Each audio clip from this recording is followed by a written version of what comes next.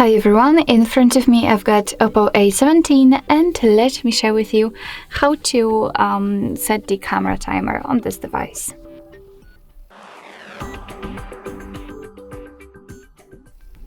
So first of all, let's open the camera app, and since we're in the standard photo mode, right here we can unroll the top bar.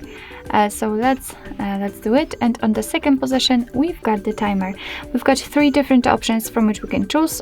Currently we've got the turn off option kind of applied. As you can see, this clock icon is highlighted in this bluish color.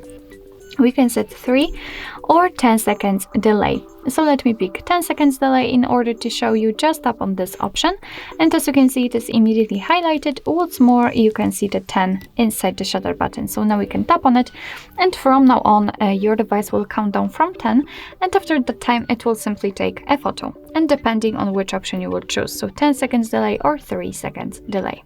Of course, you can again turn it off, not the settings, here just by tapping on the clock icon, and from now on your device will take photos right after touching the shutter button. So basically that's all. This is how to set camera timer in your OPPO A17. Thank you so much for watching. I hope that this video was helpful, and if it was, please hit the subscribe button and leave the thumbs up.